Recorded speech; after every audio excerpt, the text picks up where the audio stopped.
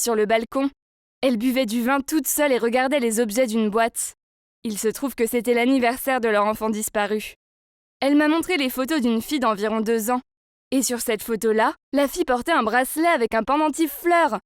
Il ressemblait beaucoup au bracelet transformé en collier que Lisa portait. Ça devait sûrement être une coïncidence. Après avoir parlé à ma mère, je suis retournée me coucher. Mais je fixais le vide en regardant le plafond.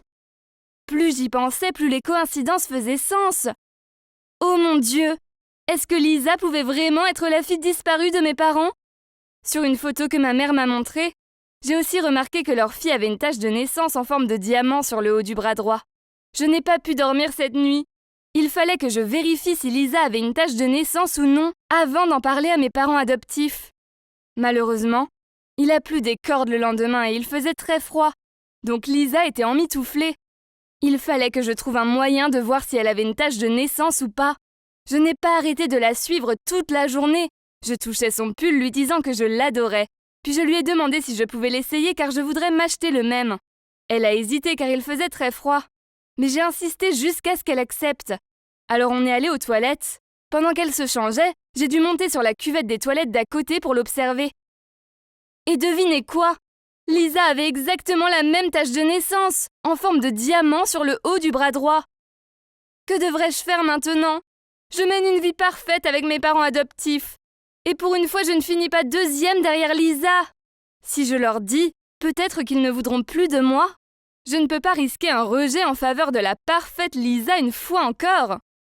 En même temps, ils ont toujours été gentils avec moi. Donc, découvrir que mes géniaux parents adoptifs étaient en fait sûrement les parents biologiques de Lisa fut un énorme choc. L'épreuve était là. Le bracelet collier avec la fleur et sa tache de naissance en forme de diamant, identique à celle de la fille disparue de mes parents. C'était évident que ça ne pouvait pas être qu'une coïncidence. Quand on était à l'orphelinat, Lisa et moi parlions que nos vraies familles viendraient nous chercher. Mais je pensais que c'était de la naïveté enfantine. Jamais je n'aurais cru que ça pourrait se produire. J'ai gardé cette information secrète pendant quelques jours le temps de comprendre ce que ça signifiait. Ça allait changer la vie de tout le monde. Je n'arrêtais pas de repenser à ma mère assise sur le balcon, à regarder avec tristesse les vieilles affaires de la boîte de bébé de sa fille disparue. Elle avait loupé beaucoup d'années de la vie de sa fille. Donc si Lisa était vraiment sa fille disparue, alors je ne voulais pas être celle qui continue de les séparer. Le lendemain après les cours, j'ai invité Lisa chez moi. J'ai fait asseoir tout le monde en racontant ma théorie. J'ai demandé à Lisa de leur montrer son bracelet collier et sa tache de naissance en forme de diamant sur le haut de son bras. Mes parents adoptifs et Lisa étaient très choqués. Mais tout ça faisait sens. En voyant Lisa à côté d'eux, je me suis rendu compte qu'elle ressemblait beaucoup à ma mère adoptive. Ils ont fait un test ADN, et l'ambiance était tendue pendant les jours d'attente des résultats. Quand le test fut positif, mes parents ont fondu en larmes, et n'arrêtaient pas de nous enlacer avec Lisa. Peu de temps après, j'ai réalisé que je n'avais pas assez réfléchi. Pourquoi ma famille adoptive voudrait me garder, maintenant que leur vraie fille était de retour? Allait-il en avoir marre de moi et me mettre à la porte? Ou allait-il faire un échange avec la famille adoptive de Lisa? Et je serais coincée dans leur foyer pauvre à m'occuper d'un petit garçon? Mes parents n'arrêtaient pas de parler de Lisa. Ils demandaient tout le temps comment elle allait. Bla bla bla. Ils ne me demandaient plus comment s'était passée ma journée. Au lieu de ça, ils voulaient que je leur raconte tout sur Lisa. Ils invitaient Lisa chez nous tout le temps. Elle semblait toujours être dans mon salon, à regarder des documentaires avec papa, ou dans la cuisine pour aider maman à faire la cuisine. Une fois, je suis rentrée tard, et j'ai trouvé Lisa endormie sur mon lit. Ça m'a vraiment dérangée, car elle ne vivait pas ici. C'était ma famille adoptive. Elle avait la sienne. Je haïssais Lisa secrètement à nouveau, comme c'était le cas quand on était à l'orphelinat ensemble. J'étais gentille devant elle, mais dans son dos, je faisais tout pour gâcher sa journée et me sentir mieux. Un jour, j'ai mis ses devoirs à la poubelle. Une autre fois, j'ai caché sa veste, pour qu'elle aille sous la pluie en petit t-shirt. Et je collais du chewing-gum dans sa trousse. Je sais que ce sont des méchancetés, mais j'avais tellement peur de perdre ma famille contre la parfaite Lisa. Je voulais juste qu'ils m'aiment, mais je me sentais secondaire. Un jour après les cours, je jouais au basket avec les garçons du lycée, puis j'ai vu ma mère et mon père venir récupérer Lisa. Ils avaient l'air si heureux à rigoler et à parler ensemble. Pourquoi étaient-ils venus la chercher et pas moi? C'est moi qui vis avec eux. Pourquoi ils m'ont volontairement laissée ici? J'avais des flashbacks de l'orphelinat et des parents adoptifs de Lisa qu'il avait choisis face à moi. Pourquoi était-ce toujours elle et pas moi? C'était quoi mon problème? Je me sentais très mal aimée, mais surtout j'étais en colère. Je n'avais pas envie de rentrer et les voir jouer la famille parfaite. Alors je suis allée dormir chez une amie. Plus j'y pensais, moins j'avais envie de rentrer chez moi. J'essayais de me dire que ce n'était pas si grave que ça, car j'avais toujours été une intrue depuis que je suis née. Donc je serais aussi bien toute seule. Je savais que je ne pouvais pas rester indéfiniment chez mon amie. Alors mon plan était de rentrer à la maison discrètement pour prendre des affaires avant de quitter la ville pour de bon. Ce soir-là, en arrivant au portail que j'allais escalader, j'ai remarqué que la lumière sur le balcon était toujours allumée. Ma mère était assise avec un verre de vin. Elle pleurait. Puis mon père est venu la réconforter en disant « Elle rentrera bientôt », en conduisant ma mère à l'intérieur. C'était si touchant à voir. Et je me suis sentie bête d'avoir des pensées si égoïstes. Ils doivent être bouleversés, puisque la pire chose qui leur soit arrivée fut de perdre un enfant. Et maintenant ma fugue leur faisait revivre ça. Ils avaient même adopté un grand enfant pour que ça n'arrive plus. Et j'allais partir et m'enfuir comme une pourrie gâtée. J'ai ravalé ma fierté et je suis entrée dans la maison. Le salon était rempli de décorations. Et il y avait une bannière où était écrit « Merci Eva ». Mes parents ont entendu mes pas. Alors ils sont descendus et dès qu'ils m'ont vue, ils ont accouru pour me serrer dans leurs bras, en fondant en larmes. Il se trouve qu'ils avaient juste récupéré Lisa au lycée ce jour-là pour me faire une fête surprise pour me remercier de les avoir réunis. Mais je ne suis jamais rentrée. Ils avaient eu peur d'avoir perdu à nouveau leur enfant, et ils ne pensaient pas pouvoir surmonter à nouveau cette douleur. J'ai pleuré et leur ai parlé de mon inquiétude et de mon impression d'être rejetée et abandonnée de nouveau, puisque Lisa avait déjà été choisie face à moi. Ils m'ont dit « Idiote, vous êtes toutes les deux nos filles. On t'aime même encore plus, car tu es l'ange qui a réuni cette famille. » Alors ont-ils fait un marché avec la famille de Lisa? Et non. En plus, Lisa et moi partons à la fac maintenant. Lisa a maintenant 2 familles qui l'aiment, et nous sommes de nouveau les meilleures amies. En fait, je ne la vois pas seulement comme mon amie, c'est aussi ma sœur, même si on se dispute toujours pour savoir qui est la grande sœur. Elle est mon aînée de 3 mois, mais je suis plus grande et autoritaire, donc je continue à dire que c'est moi. J'ai dû attendre longtemps avant de trouver ma famille parfaite, mais il se trouve qu'il valait vraiment le coup d'attendre. Bonjour, je m'appelle Mia et j'ai vécu les 14 premières années de ma vie piégée dans un mensonge. Je n'ai jamais quitté la maison. Et par là, je veux dire jamais. J'ai grandi en croyant que j'étais allergique au soleil et que si je restais trop longtemps dehors, je me transformerais en poussière. C'est stupide, je sais, mais je n'étais qu'une enfant et je n'avais aucune raison de ne pas croire ce que ma mère me disait. Les rares fois où je suis sortie dans le jardin, ma peau est devenue toute tachetée et gonflée. Avec le recul, il est clair que maman m'avait donné quelque chose pour que ma peau entre en éruption. Mais à l'époque, je croyais sincèrement que le soleil était là pour m'avoir. Je me souviens avoir regardé derrière le rideau et avoir vu les enfants jouer dans la rue. Ils avaient l'air de s'amuser. Et je me sentais si triste de ne pas pouvoir me joindre à eux. Maman est entrée dans ma chambre, a rapidement fermé le rideau, puis elle a attrapé mes épaules et m'a crié dessus. « Mia, ne fais plus jamais ça! Le soleil peut entrer à travers les rideaux et te rendre croustillante. C'est ce que tu veux ?» Je me souviens avoir pleuré en secouant la tête. Je n'ai plus jamais regardé les autres enfants après ça. Je les entendais encore jouer. Alors je fermais les yeux et j'imaginais que j'étais là avec eux, en train de jouer à la poursuite et d'apprendre à faire du vélo. Je voulais tellement que ce soit ma réalité. Le problème était que je n'avais pas cette vie. Au lieu de ça, j'étais coincée à l'intérieur, sans amis. Je n'avais même jamais touché l'herbe avant. Maman m'a fait l'école à la maison. Elle a pris ça très au sérieux et s'énervait vraiment quand je ne comprenais pas quelque chose. Une fois, j'ai donné la mauvaise réponse à une équation mathématique. Alors elle m'a crié dessus. « Tu es vraiment une idiote! J'en ai assez de toi !» Puis elle m'a enfermée dans ma chambre sans dîner. C'est fou, hein? Mais à l'époque, j'avais tellement peur que je n'osais plus rien lui demander. Il n'y avait que maman et moi, et personne d'autre dans ma maison. Elle a dit que mon père était mort quand j'étais bébé. Encore une fois, je n'avais aucune raison de ne pas la croire. Je n'ai jamais eu de téléphone pour parler à quelqu'un. Et à qui devais-je parler? Pourtant, je me souviens avoir été fascinée par cet objet étrange qu'elle pressait souvent à l'oreille. Chaque fois qu'elle était au téléphone, je croyais qu'elle se parlait à elle-même. Maman m'enfermait dans la maison pendant qu'elle sortait. Puis à son retour, elle me lançait juste quelque chose à manger. un sandwich, un paquet de chips. Et parfois, elle changeait le repas en pain. Elle n'a jamais vraiment cuisiné. Je ne suis même pas sûre qu'elle savait le faire. Ma maison était une vieille maison simple. Il n'y avait pas beaucoup de choses dedans. Pas de télé, pas de canapé, une cuisine de base.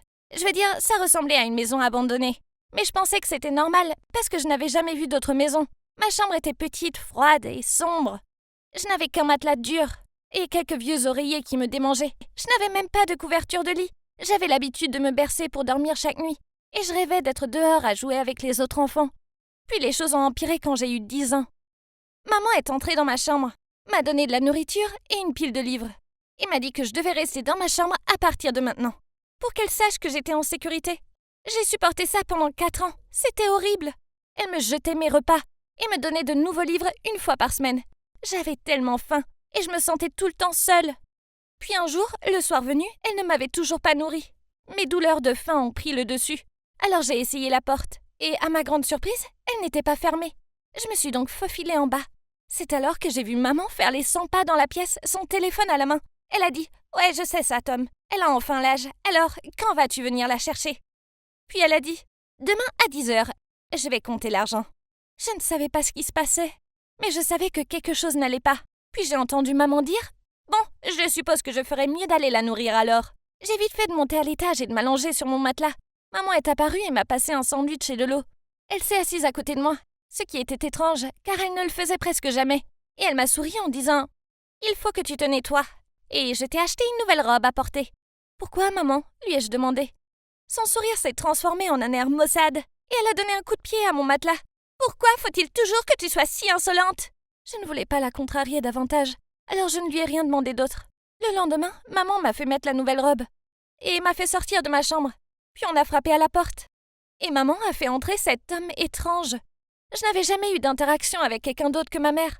Alors je suis restée assise là, effrayée. Il avait à peu près l'âge de ma mère. Il était grand, très grand, et il avait des yeux méchants. Il a passé une enveloppe à ma mère, qu'il a ouverte et en a retiré beaucoup de morceaux de papier. Je sais maintenant que c'était de l'argent, mais à l'époque, je ne comprenais pas vraiment ce que c'était. Ma mère l'a compté, puis lui a fait un signe de tête et lui a dit « Elle est tout à toi. » Bon, tu viens avec moi, ma chérie. Il s'est dirigé vers moi. Quoi? Je l'ai regardé bouche bée. Mia, tu vas vivre avec cet homme maintenant, a dit maman, comme si ce n'était pas grave. C'est ce qui arrive quand tu as 14 ans. Tu dois partir. Mais maman, pourquoi? Je ne le connais pas. Je ne partirai pas. Puis elle m'a giflé et a crié à haute voix. Va avec lui. Je n'ai fini avec toi. C'est alors que j'ai réalisé que je ne pouvais plus vivre avec cette femme. Je suis sortie en courant par la porte d'entrée. Se transformer en poussière était sûrement mieux que de vivre avec l'un d'entre eux. Seulement, quand le soleil a touché ma peau, elle ne m'a pas brûlée. C'est alors que j'ai su que maman m'avait menti tout ce temps. Alors j'ai commencé à courir sans savoir où j'allais. J'entendais maman et ce Tom me courir après et crier. Mais j'ai continué à courir. Chaque petit bruit me faisait peur, car je ne comprenais pas ce monde et les gens qui y vivent. Je me souviens ensuite qu'une femme m'a secouée et m'a dit « Chérie, tu vas bien ?» Au début, j'avais tellement peur. Et je me suis mise en boule. Mais ensuite, elle m'a dit qu'elle n'allait pas me faire de mal, qu'elle voulait juste m'aider. Elle avait des yeux gentils, pas comme ma mère ou cet homme. Alors je lui ai dit ce qui s'était passé. Elle avait l'air complètement choquée, mais elle a appelé la police. Il s'avère donc que, lorsque j'étais bébé, on m'a volée. Ma mère n'est pas vraiment ma mère du tout. C'était une femme dérangée qui m'a volée de ma poussette et qui a fait une terrible affaire avec cet homme Tom pour qu'il puisse m'acheter à elle quand j'aurai 14 ans. Elle ne connaissait pas mes vrais parents. Elle a juste vu une chance de me prendre et elle l'a saisie. C'est horrible de penser qu'elle m'a volé une vie normale, mais j'essaye de ne pas trop m'attarder sur cette pensée. Je ne peux pas changer le passé. Puis, quelque chose d'incroyable s'est produit. Mes vrais parents ont été retrouvés. C'était si émouvant de les voir pour la première fois. Ils m'ont pris dans leurs bras et nous avons tous pleuré. Ils m'ont dit qu'ils n'avaient jamais cessé de me chercher. Et devinez quoi? J'ai découvert que j'avais une petite sœur qui s'appelle Isabelle. J'adore traîner avec elle et la regarder jouer. C'est la meilleure. Ça a été difficile. J'ai dû apprendre tellement de choses, comme comment interagir avec les gens, et même comment manger avec un couteau et une fourchette. Mes vrais parents ont été si gentils et patients avec moi. Maintenant, à l'âge de 19 ans, j'ai une sorte de vie normale. Je trouve encore beaucoup de choses déroutantes, et j'ai du mal à me retrouver dans une grande foule. J'ai dû m'habituer à dormir sur un lit, Et je trouve que l'ordinateur est la chose la plus impressionnante qui soit. Mais j'arrive à fonctionner dans le grand monde. Quant à ma fausse mère et Tom, eh bien, ils ont tous deux été condamnés pour leur implication dans mon kidnapping et sont maintenant en prison pour une très longue durée. J'ai une chance de mener une vie normale dans le monde normal. Et même si ce qui m'est arrivé est horrible, je ne vais pas laisser ces gens cruels ruiner ma vie. J'ai enfin une famille aimante. Et je sais qu'avec leurs soins et leur soutien, je peux tout surmonter. Hey, c'est Denise. Je suis juste une étudiante ordinaire de 19 ans, qui vit loin de chez elle pour la première fois. Je ne peux pas nier que je me sens parfois seule et que j'ai souvent le mal du pays. Mais ce n'est pas grave, car j'ai Xavier, mon petit ami qui m'aime. Bon, oui, sa famille est aisée. Alors il m'emmène toujours dans des endroits sympas et m'achète de beaux cadeaux. Il y a quelques mois, il m'a même demandé d'emménager avec lui dans le manoir de sa famille. Et j'ai accepté. Mais ne vous méprenez pas, je ne suis pas du tout une chercheuse d'or. Je n'avais juste pas d'autre choix. Tout a commencé une nuit où des voleurs se sont introduits dans mon appartement pendant que je dormais. C'était terrifiant. Je savais qu'ils saccageaient mon salon et volaient ma télévision et mon ordinateur portable. Mais j'ai préféré rester cachée pour me protéger. Après ça, je ne voulais plus du tout rester seule à la maison. Et Xavier était aussi inquiet pour moi. Alors un soir, il m'a dit « Denise, je pense que tu devrais venir vivre avec moi. Au moins, jusqu'à ce que tu trouves un colocataire. » Waouh, je ne m'attendais pas à ça, mais je suppose que c'était logique. Je me suis sentie un peu mal à l'aise à ce sujet, car je suis allée chez lui, ou devrais-je dire, dans le manoir de ses parents plusieurs fois. Et bien qu'il y ait beaucoup d'espace, et que ses parents m'adorent, je ne voulais pas avoir l'impression de m'incruster. Sentant mon hésitation, il a continué.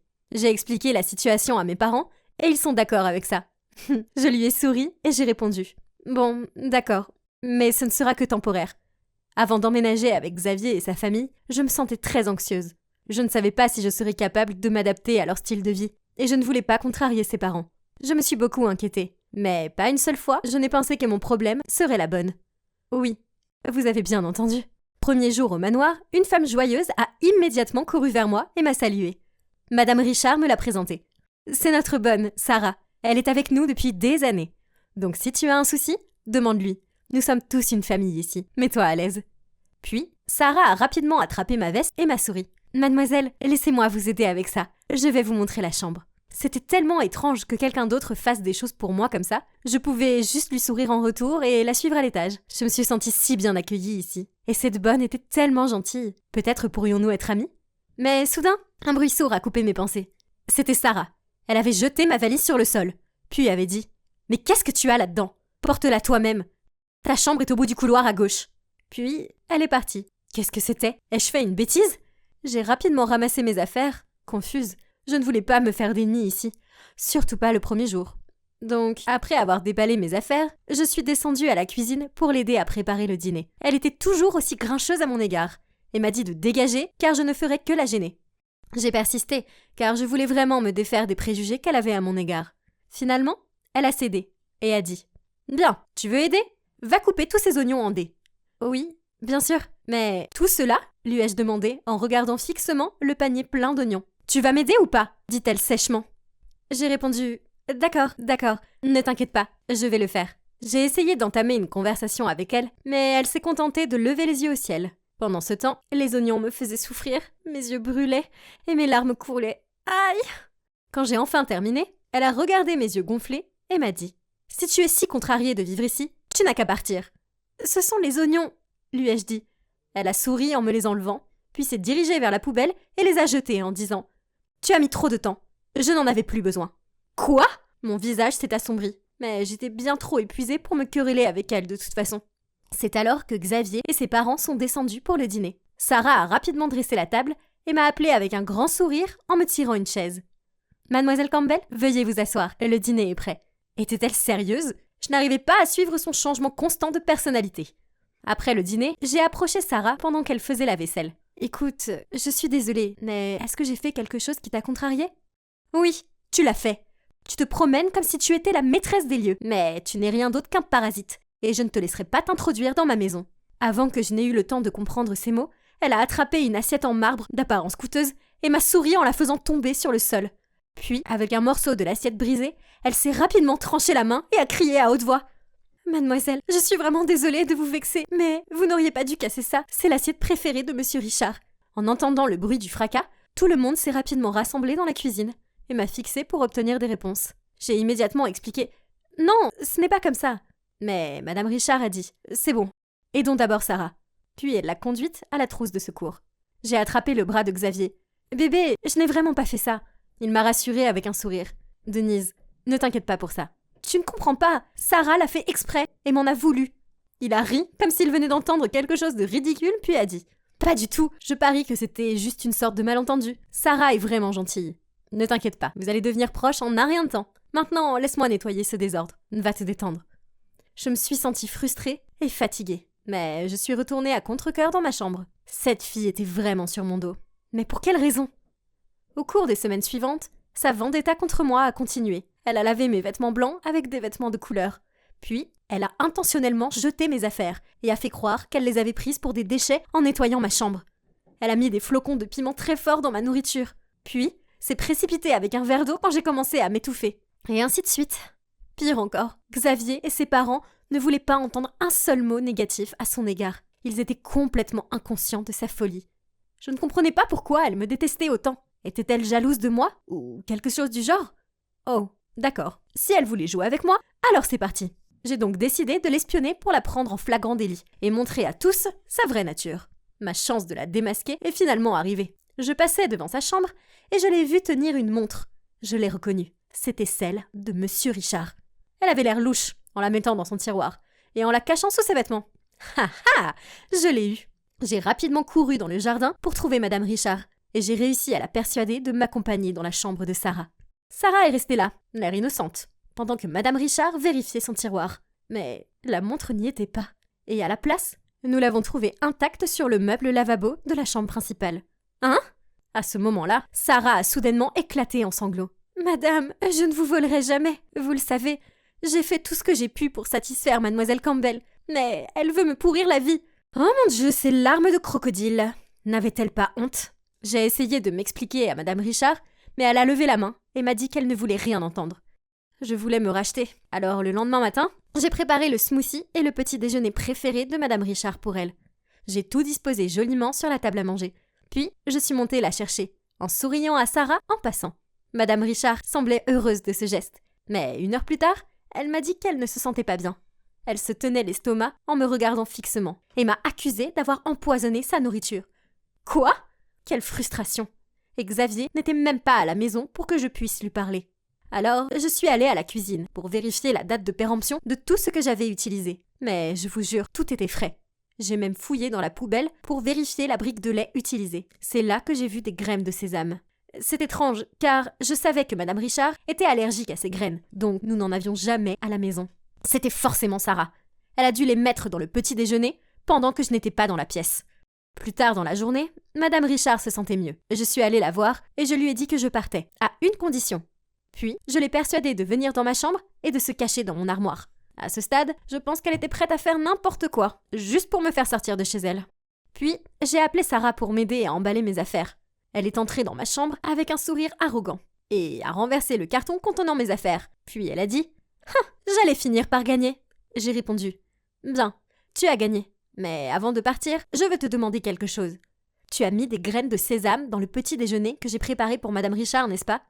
Sarah a regardé autour d'elle pour vérifier qu'il n'y avait personne d'autre, avant de me faire un sourire et de me dire « Oui, c'était moi. Pendant que tu faisais de la lèche à Madame Richard, j'en ai broyé quelques-uns et je les ai mélangés au smoothie dégoûtant que tu as fait. Oh, j'ai aussi fait semblant de voler la montre parce que je savais que tu m'espionnais. Bon sang, tu as rendu ça tellement facile. » « Mais pourquoi ?» j'ai demandé. « Mais pourquoi ?» Elle a imité ma voix.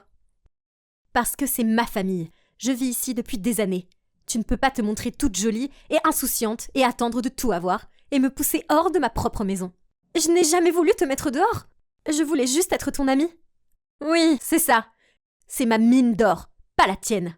Tôt ou tard, tout cela sera à moi et Dieu sait que je le mérite. J'ai supporté cette famille ennuyeuse et un salaire médiocre pendant des années.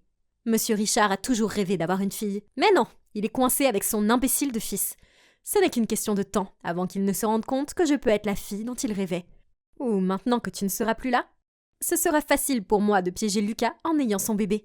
Dans tous les cas, le gagnant, c'est toujours moi. Soudain, les portes de l'armoire se sont ouvertes et Madame Richard, furieuse, en est sortie. Elle a tiré les cheveux de Sarah et l'a traînée hors de la pièce. Waouh! Qui aurait cru que la gentille Madame Richard pouvait être si méchante? Je suppose que tout le monde a une face cachée. Bref, cela a prouvé mon innocence et Sarah a été virée sur le champ. Puis Madame Richard s'est excusée auprès de moi et a insisté pour que je reste avec eux. Je l'ai remerciée pour son offre, mais j'ai poliment refusé, car je me sentais prête à partir et à emménager avec mon amie. J'étais simplement soulagée qu'elle ait appris la vérité, et que Sarah soit partie une fois pour toutes. Donc, Lucas et moi sommes toujours ensemble, et très heureux. Oui, c'était énervant qu'il ne m'ait pas cru au départ, mais c'était un gars tellement gentil et confiant qu'il ne s'attendrait jamais à ce que quelqu'un soit capable de choses aussi horribles. Mais bon, c'est toujours une des nombreuses raisons pour lesquelles je l'aime. Quant à ses parents, je leur rends encore parfois visite. Je cuisine même pour eux de temps en temps. Mais heureusement, il n'y a plus d'incidents liés aux graines de sésame.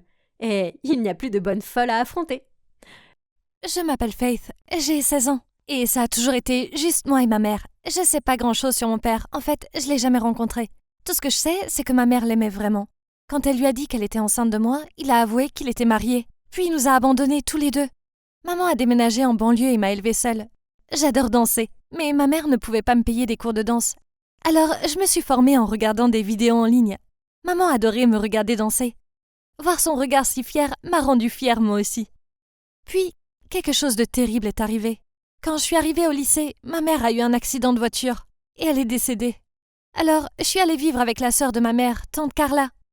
Puis, j'ai commencé ma nouvelle école. Tout était nouveau et étrange. En classe, mon professeur m'a dit de m'asseoir à côté de cette jolie fille appelée Anna.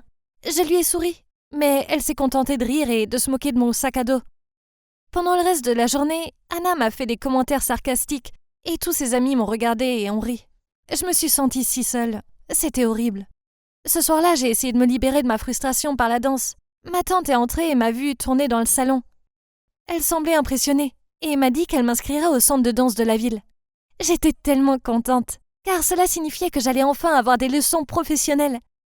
Lors de ma première séance, je suis entrée et j'ai vu Anna là-bas. Il s'est avéré qu'elle aussi était danseuse. En me voyant, elle m'a dit « Oh non, pas une autre loser !»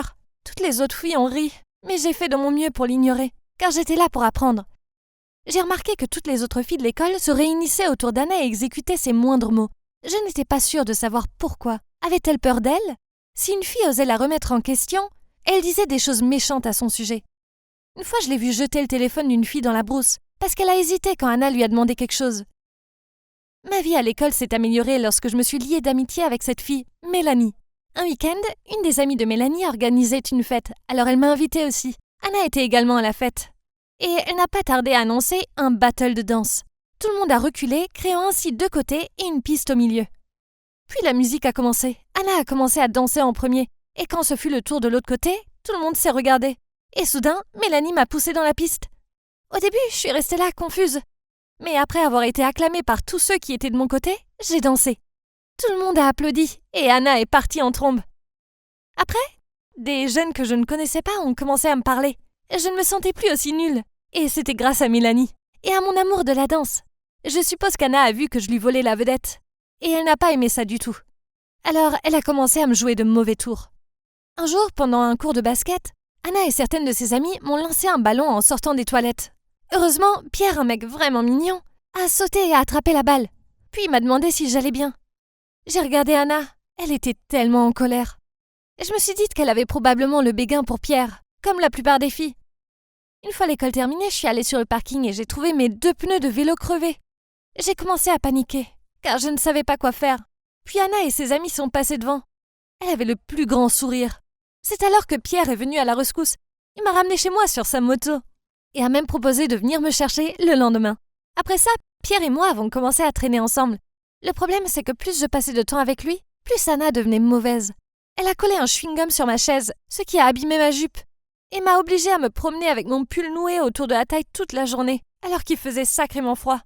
Elle a caché mon sac à dos pour que je n'ai pas de livres ni rien en classe. Elle riait et me montrait du doigt chaque fois que je la croisais. Je suis restée calme et je n'ai montré aucune colère envers elle. Je ne me souciais pas d'Anna. C'était juste une fille méchante et jalouse. Pierre et moi avons commencé à sortir ensemble, puis c'est devenu une affaire officielle. Pour la première fois depuis longtemps, j'étais vraiment heureuse. Puis, l'événement le plus attendu de l'année est finalement arrivé. Un concours de talent avait lieu pour les jeunes de la région, et mon école organisait des auditions pour trouver les meilleurs numéros pour les représenter. Avec les encouragements de Pierre et de Mélanie, j'ai trouvé la confiance nécessaire pour m'inscrire. Et bien sûr, Anna s'est aussi inscrite. Je m'étais bien entraînée pour les auditions, mais un incident indésirable s'est produit. Vous savez quoi? Quelqu'un avait volé mes chaussures de danse juste avant mon tour. Ce jour-là, alors que je m'échauffais dans la loge derrière la scène, Pierre a appelé pour dire qu'il était dehors avec une boisson pour moi. « Tu es si gentil », j'ai dit à Pierre. Puis j'ai remarqué qu'Anna me souriait depuis la chaise d'à côté. Je l'ai ignorée et j'ai couru chercher ma boisson. Mais dès mon retour, je n'ai trouvé mes chaussures de danse nulle part. Paniquée, je les ai cherchées frénétiquement. Mais non, elles avaient disparu. Puis les juges ont appelé mon nom. Chaussures ou pas chaussures, ma performance devait avoir lieu. Alors, je suis allée là-bas, pieds nus, et j'ai commencé à danser. Quelques minutes plus tard, un des juges a arrêté la musique. J'ai cru qu'ils allaient me dire que je n'étais pas assez bonne. Mais non, ils ont plutôt demandé à Anna de me prêter des chaussures de danse. Inutile de dire qu'Anna avait l'air très agacée. Après la danse, j'ai rendu à Anna ses chaussures et lui ai dit « Merci ». Mais elle m'a grogné dessus, puis elle est partie en trombe. Je parie que c'est elle qui a volé mes chaussures. Bien que j'ai perdu mes chaussures de danse, j'ai obtenu la place pour le concours de talent. Inutile de dire qu'Anna était super furieuse. Pendant toute la semaine, elle n'a pas cessé de crier sur les gens. Je me sentais un peu mal pour ses amis proches. De toute façon, ce n'était pas mes affaires. Je n'ai pas eu le temps de penser à elle. J'avais besoin de préparer ma performance. Pendant les semaines suivantes, je me suis entraînée chaque fois que j'ai pu. Pierre m'a beaucoup soutenue et m'a aidée du mieux qu'il a pu. Finalement, le jour du concours est arrivé. Alors nous avons pris le bus pour y aller. Anna et son amie se sont assises dans la même rangée que nous. Elle a essayé de flirter avec Pierre, même s'il ne se souciait pas du tout d'elle. Et quand le bus a tourné au coin de la rue, elle a même fait semblant de tomber sur les genoux de Pierre, puis a touché sa poitrine. C'est de l'effronterie. Quand nous sommes arrivés, il y avait tellement de monde avec des tas de jeunes d'autres écoles. J'ai commencé à trembler, et j'ai fait de mon mieux pour contrôler ma respiration. Il y a eu au total 15 performances sélectionnées pour la finale. Et tous les participants étaient très talentueux. Après la cérémonie de bienvenue et des présentations, les performances ont commencé. Nerveusement, j'étais la dernière concurrente. En entrant sur scène, j'ai salué le public et j'ai commencé. La performance se déroulait bien, vraiment bien. Puis soudain, obscurité. Tout le monde était bruyant et je suis restée là, immobile et déconcertée. Les gens disaient que quelqu'un avait dû faire quelque chose avec les lignes électriques et avait causé une coupure de courant. J'étais très confuse et je ne savais pas quoi faire. Puis soudainement, environ 3 minutes plus tard, les phares de 2 voitures ont brillé de chaque côté de la scène, m'éclairant. Puis j'ai vu que Pierre, Mélanie et certains de leurs amis étaient venus dans les voitures. Soudain, Pierre a couru vers la scène et a porté un mini haut-parleur de traction. Et la musique a repris. Tout le public était silencieux et retenait son souffle. La musique était plus calme, mais comme tout le monde me regardait maintenant en silence, j'ai continué ma danse.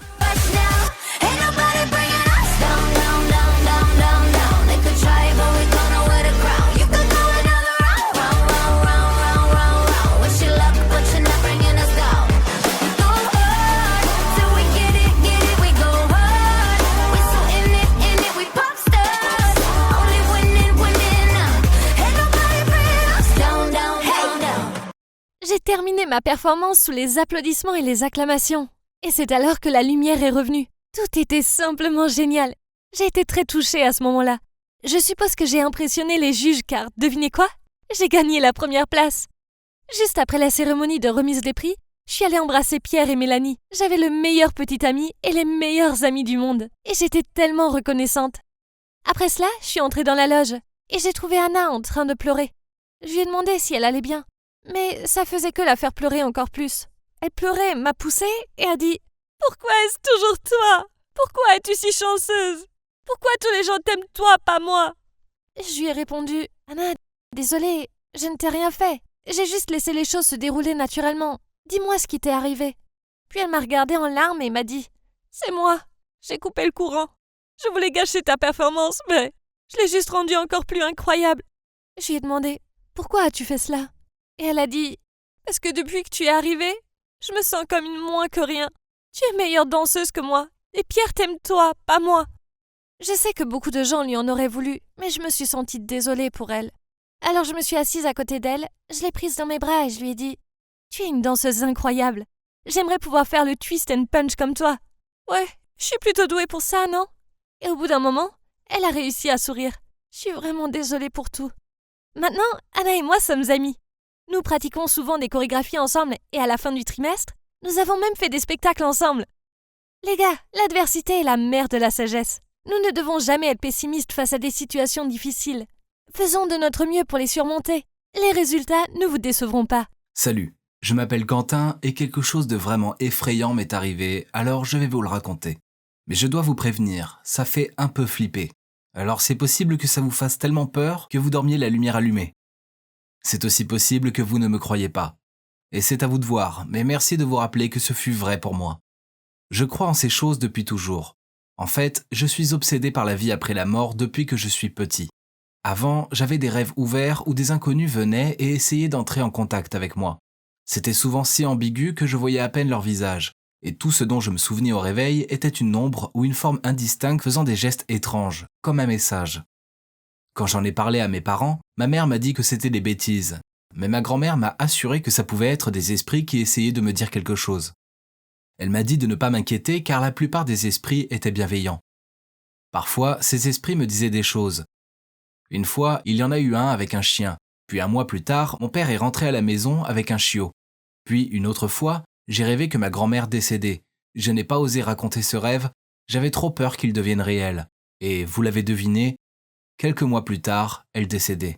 J'ai fini par appréhender ces rêves. Et pire encore, maintenant, je n'avais plus ma grand-mère pour lui raconter mes rêves. Pour être honnête, en grandissant, mes rêves se sont arrêtés. Mais ma fascination pour la vie après la mort a continué. Je savais qu'il ne fallait pas plaisanter avec ce genre de choses, car cela n'apportait rien de bon, selon ma grand-mère. Mais ensuite, j'ai commencé à sortir avec Jennifer, et je voulais vraiment lui montrer cette partie du monde. Alors j'ai acheté une planche Ouija sur Amazon. Enfin, c'est une planche plate avec des lettres et des chiffres qui s'utilisent comme porte vers le monde des esprits. Je connaissais les règles. Ne jamais faire ça chez soi, car c'était s'attirer des ennuis. Je ne voulais surtout pas réveiller un poltergeist ou autre chez moi. Et aussi, ne jamais demander à un esprit de se montrer. Alors, le plan était de s'infiltrer dans la vieille maison de mon quartier qui venait d'être vendue et était vide pour l'instant. J'ai parlé de mon plan à Jennifer. Elle n'avait jamais rien fait de tel, et même si elle était sceptique, elle était aussi excitée. C'est ce qui me plaisait chez elle. Elle est si courageuse et aventureuse. On s'est retrouvés dans la cour de la maison à 3 heures du matin comme prévu, et on était tous les deux déterminés à essayer d'entrer à l'intérieur. Oui, je sais, ça sent le roussi. Mais on ne voulait pas saccager la maison ou autre, on voulait juste un endroit désert pour tester la planche. D'abord, on a créé une atmosphère en allumant des bougies, de l'encens et on a fait brûler de la sauge. Avant de commencer, j'ai pris la main de Jennifer et je lui ai dit tout haut « S'il te plaît, ne réveille pas les forces démoniaques ». Puis j'ai mis une pièce en argent sur la planche pour éloigner les mauvais esprits. Puis on a tous les deux mis notre index sur la planchette qui sert à désigner, et en prenant une grande aspiration, j'ai appelé dans la pénombre. « Il y a quelqu'un ? Si des esprits viennent ici, parlez-nous s'il vous plaît. » Rien. Même pas un brin de vent. Jennifer a rigolé et ça m'a embêté. J'imagine qu'elle voyait sur mon visage que ça m'énervait. Alors elle a souri en disant « Désolé, réessayons. » Puis elle a remis son doigt. Puis j'ai dit « S'il y a quelqu'un ici, on aimerait entrer en contact. » J'avais des frissons pile à ce moment-là, et le vent a commencé à se lever. Le calme était rompu et la pénombre semblait se déplacer. Excité, je criais « Il y a quelqu'un ici ?» Puis c'est devenu vraiment dingue, comme une scène de film avec de la poussière qui tournoie autour de nous. La planchette a commencé à bouger lentement. Jennifer m'a regardé et a dit « Qu'est-ce que tu fais ?»« Ce n'est pas moi, promis !» répondis-je. Je l'ai regardé et au moment où nos regards se sont croisés, on savait que la planchette bougeait toute seule. J'ai continué de demander « Combien d'esprits y a-t-il ici ?» Après 1 minute de silence, la planchette a bougé sur le 1. Ça devenait intéressant. « Es-tu un bon esprit ?» Ça bougeait plus vite. D-E-V-I-N-E. Ok, j'ai donc pris ça pour un oui. Et j'ai continué à poser des questions sur des choses simples. Puis-je connaître ton nom ? Puis la réponse était C-O-M-M-E-E-L-L-E. À ce moment-là, je voyais Jennifer paniquer. C'était assez effrayant car je n'avais pas dit son nom une seule fois. J'ai dit « Si tu es vraiment là, prouve-le ». Jennifer a sauté de sa chaise. Et on a promis de ne jamais demander à l'esprit de se montrer. Soudainement, une bourrasque de vent vint de nulle part et souffla une bougie. Jennifer me cria d'arrêter ça tout de suite. Puis elle est sortie en courant. J'ai rapidement dit à l'esprit « Ravi de te connaître, mais on doit y aller. Au revoir », tout en poussant la planchette sur le symbole « Au revoir » de la planche. Puis j'ai pris mes affaires et suis parti après Jennifer pour voir si elle allait bien. Elle était totalement paniquée et m'a dit qu'elle ne ferait plus jamais ça. Le problème était que je n'arrêtais pas de penser à l'esprit. Les nouveaux propriétaires emménageraient bientôt, donc je n'avais pas beaucoup de chance d'y retourner.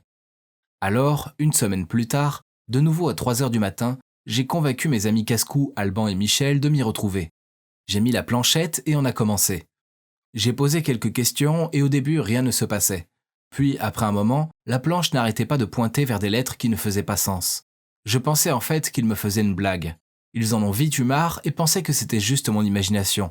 Ennuyé, Alban est parti aux toilettes et j'ai continué avec Michel. Je croyais à mon expérience précédente, alors je persistais à demander « Sais-tu qui est aux toilettes maintenant ?» Mais la planche continuait de donner des chiffres au hasard. Quand Alban est revenu, Michel a dit les chiffres qu'on avait eus à Alban et a dit que ça ne marcherait pas cette fois et qu'on devrait partir. Il est devenu tout pâle. Il se trouve que les chiffres étaient son numéro de sécurité sociale. Alban a dit que c'était un coup monté. Je lui ai dit que non. Je pense qu'il était curieux car il s'est assis pour participer. C'est là que Michel a posé la question stupide. « Pendant combien de temps ce tocard de Quentin va vivre ?»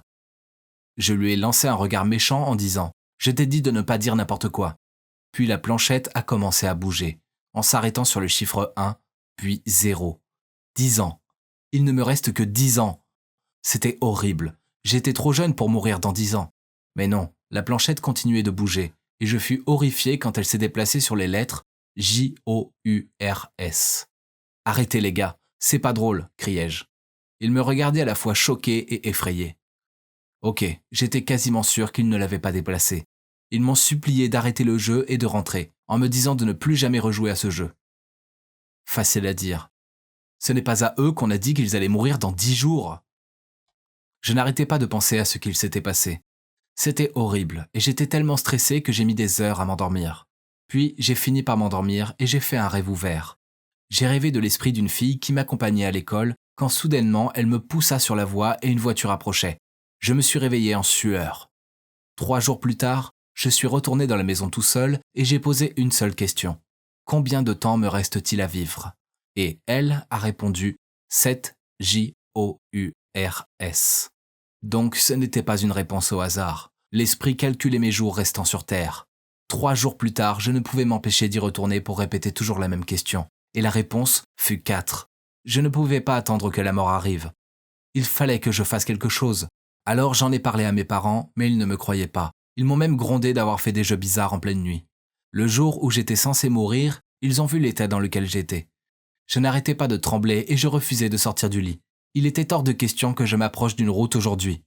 Alors ma mère a appelé l'école pour dire que j'étais malade. Puis elle est restée travailler à la maison et est restée à mes côtés. Ce jour est passé si lentement. Mais rien ne s'est passé. Nous sommes maintenant 1 mois plus tard et je suis toujours en vie. J'ai été puni pendant 3 mois pour être sorti au milieu de la nuit et avoir fait peur à mes parents. Quand ma punition fut terminée, il était hors de question que je retourne avec la planche Ouija dans des maisons vides. En fait, je l'ai mise au grenier et elle y restera toujours. Donc, voilà mon histoire. Voyez par vous-même si vous voulez essayer ou pas, mais je vous conseille de ne pas vous lancer là-dedans car ça ne vaut pas le coup. Croyez-vous au destin ? Eh bien, je n'y ai jamais cru. Je suis un étudiant de 21 ans qui étudie la finance et la banque. Alors oui, les chiffres sont mon point fort et je raisonne par la logique. Les horoscopes et les rencontres fortuites évidemment, mais j'ai ensuite rencontré quelqu'un qui a tout changé. Au fait, je m'appelle Kai et je vais vous raconter mon histoire. Tout a commencé un soir alors que j'étudiais. J'ai eu une sérieuse envie de Cheetos, alors je suis sorti pour en acheter. C'est alors que j'ai vu une fille de taille petite crier sur 2 types énormes dans le parc. « Hé le Bigfoot, tu viens vraiment de jeter des ordures ? Ramasse-les maintenant ou je vais te flanquer une bonne raclée !» Oh mec, cette fille avait-elle envie de mourir ? Et était-elle ivre ? Et les 2 gars n'avaient pas l'air contents. Ils se sont approchés d'elle, l'un d'eux a même levé la main comme s'il allait la frapper. Mais elle a rapidement repoussé sa main, ce qui n'a fait que l'énerver davantage. Mec, je ne voulais pas être impliqué dans tout ça. Alors j'ai fait comme si je ne les avais pas vus et je suis parti. Mais alors que j'étais à quelques pas, j'ai entendu un des gars crier. Puis l'autre gars a dit « Qu'est-ce que ? Dégueulasse !» J'aurais pu continuer à marcher, mais non, ma curiosité a pris le dessus. Je me suis retourné et j'ai vu qu'un type était couvert de vomi. Puis la fille m'a montré du doigt et a dit « Chérie, te voilà !» Et elle s'est évanouie. Hein ? Je ne la connaissais même pas. Je l'ai fixé, l'air perplexe. Quand un des mecs a crié « Pourquoi tu es toujours là ? Ramène vite ta folle de copine à la maison si tu ne veux pas goûter à mon poing !» J'étais tellement effrayé, je me suis précipité et j'ai soulevé cette fille. Je n'avais aucune idée de qui elle était, ni où elle vivait. Ah, c'était fou. Je l'ai posée sur un banc à côté et j'ai regardé autour de moi pour savoir si ces types étaient là. Mais heureusement, ils étaient partis. Je ne savais pas quoi faire, alors je l'ai laissée là et je suis parti. Mais j'ai commencé à me sentir mal. J'étais trop cruel, et si quelque chose d'autre lui était arrivé ? Je suis donc retourné et j'ai ramené la fille sur mon dos chez moi. Elle était beaucoup plus lourde qu'elle en avait l'air. Dès que je l'ai déposée sur le canapé, son téléphone a sonné. Alors j'ai répondu « Allô ?» Puis la personne à l'autre bout du fil a demandé « Qui êtes-vous ? Où est mon ami ?» J'ai marmonné mon adresse, j'étais sur le point de lui dire de venir chercher son ami, mais elle avait déjà raccroché. Pourquoi était-elle si impolie ? J'avais failli me casser le dos à mettre son ami en sécurité. Quel ennui ! Cette nuit avait été bien trop dramatique pour moi, et pire encore, je n'avais toujours pas de Cheetos. J'ai décidé de prendre une douche et de dormir un peu. Mais dès que je suis sorti de la salle de bain, on a sonné à la porte. J'ai supposé que ça devait être l'ami de la fille, alors j'ai ouvert la porte. Puis deux flics m'ont immédiatement plaqué contre le mur et m'ont menotté, avant que je puisse comprendre ce qui se passait. L'un d'eux a dit que des accusations d'enlèvement et d'agression avaient été portées contre moi, et j'ai été escorté au poste. Quoi ? J'ai essayé d'expliquer ce qui s'était passé, mais ils n'ont pas voulu m'écouter. Cette nuit-là, alors que j'étais assis dans une cellule froide et peu accueillante, j'ai regretté ma gentillesse. Je n'ai pas fermé l'œil. J'espérais juste que le lendemain matin arrive rapidement pour que je puisse confronter cette fille à propos de cette fausse accusation. Mais avant que je puisse le faire, le policier m'a libéré à l'aube. La fille avait dessoulé et leur avait dit que ce n'était qu'un malentendu. Heureusement, elle se souvenait encore un peu. Sinon, je n'osais plus l'imaginer. J'ai juré que je ne m'impliquerais plus jamais avec quelqu'un en détresse. Aucune bonne action ne demeure impunie. Vraiment, hein. Quelques jours plus tard, alors que je regardais la télévision, quelqu'un a frappé à ma porte. Et vous ne le croirez pas. C'était la fille ivre. Je l'ai regardée avec méfiance. « Qu'est-ce que tu fais là ?» La fille n'a rien dit. Mais au lieu de cela, elle a froidement glissé devant moi et est rentrée dans ma maison. Quoi ? À quoi jouait-elle ? Puis elle m'a jeté un regard furieux et m'a interrogé sur cette nuit-là. Après que je lui ai raconté tout ce qui s'est passé, elle a rigolé. Ok, je te crois. Si je ne te croyais pas, tu le saurais. Elle a brandi son poing devant moi, j'ai sursauté et j'ai failli tomber sur ma chaise. Puis elle a ricané. Maintenant j'ai faim, va préparer à manger pour ton invité. Qu'est-ce qui se passait avec cette fille ? Elle était si directe et audacieuse. Je l'ai regardée et j'ai dit non, mais elle a continué. Si tu ne le fais pas, je vais aller voir les flics et changer ma déclaration. Puis elle s'est levée pour partir. Alors j'ai rapidement dit ok, très bien. Puis j'ai cherché à contre-cœur de la nourriture dans mes placards. Ah, les spaghettis, je vous fais confiance, vous ne me décevez jamais. Donc j'ai préparé des spaghettis avec la sauce bolognaise pour nous. Pendant qu'elle mangeait, elle a dit « Au fait, je suis Nora, la meilleure étudiante scénariste du pays. » Elle m'a fait un clin d'œil. Elle m'a remercié pour le repas et elle est partie. Ouf, ça doit s'arrêter là, n'est-ce pas ? Eh ben non, il s'est avéré que ce n'était que le début. Le lendemain matin, elle m'a envoyé un texto. « Viens me déposer à l'université le plus vite possible, sinon j'appelle les flics. » Elle était sérieuse ? Puis elle m'a envoyé un autre message avec son adresse et m'a dit de me dépêcher. Je me suis précipité là-bas et elle est montée dans ma voiture, m'a regardé et m'a dit « Tu es en retard !» Et c'est ainsi que je suis en quelque sorte devenu le serviteur de cette fille Nora. Ses appels et ses messages pouvaient arriver à tout moment et elle me forçait toujours à faire des choses pour elle immédiatement. Une fois je faisais couler un bain quand elle m'a envoyé un message pour me demander de lui apporter du chocolat. Une autre fois elle m'a appelé à 2h du matin pour me dire qu'elle s'ennuyait et que je devais venir jouer à un jeu vidéo avec elle. Je suis aussi devenu son chauffeur Uber non rémunéré tous les jours, de la maison à l'école et le retour. Une fois je me suis endormi, alors Nora a bombardé mon téléphone de tonnes de textos et d'appels. Dès que j'ai répondu en somnolent, elle a utilisé à nouveau sa menace d'appeler les flics pour me forcer à être là dans 15 minutes. C'est une vraie épine dans le pied. Une autre fois, je venais de sortir de la maison pour aller traîner avec mes amis quand Nora est arrivée et a insisté pour que je l'emmène au cinéma. Elle n'acceptait pas de refus. Alors j'ai dû annuler avec mes amis et aller voir un film sans intérêt avec elle. Une fille si difficile, non ? Mais bizarrement, au fil du temps, j'ai commencé à trouver Nora moins ennuyeuse et au contraire, je me suis retrouvé à sourire lorsqu'elle m'a envoyé un texto ou m'appelait. Les jours où elle ne me dérangeait pas, mon humeur semblait se dégrader. Est-ce que j'étais fou ? Je veux dire, elle était mignonne, très spontanée, il n'y avait personne d'autre comme elle. Mais tout d'un coup, les messages et les appels ont cessé. Ne voulait-elle plus de moi ? Nora me manquait. Plusieurs fois, j'ai dû me retenir de l'appeler. Je devrais être heureux d'être hors de son contrôle, non ?